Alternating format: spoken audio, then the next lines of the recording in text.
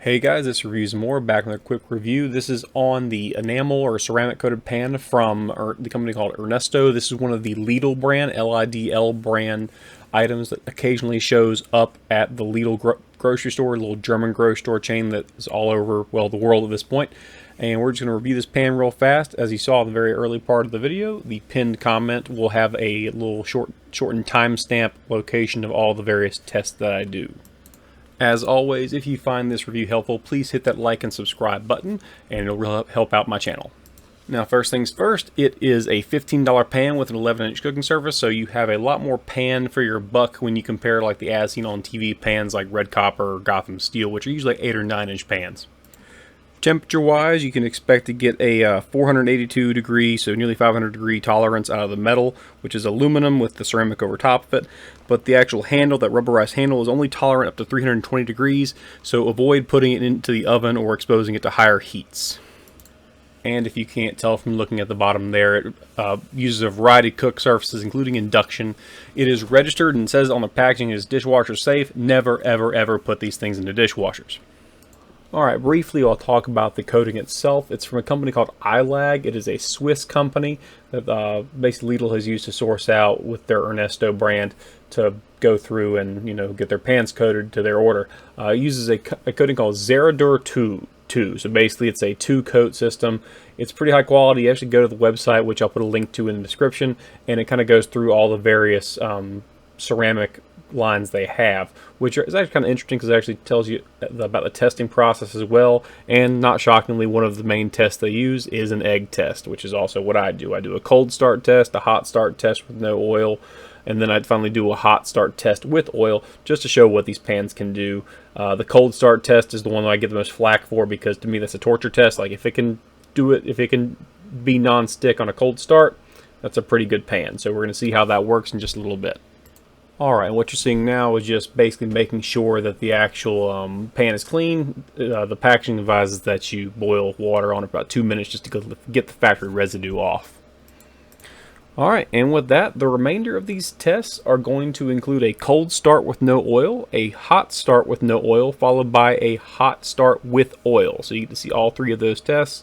And that's the remainder of this video. So basically I'll throw some elevator music on top of this so it's not just noise, not just empty sound. And thank you for watching. If you like the video, as always, please hit the like and subscribe button. It's really helpful for me and the channel, and have a great day.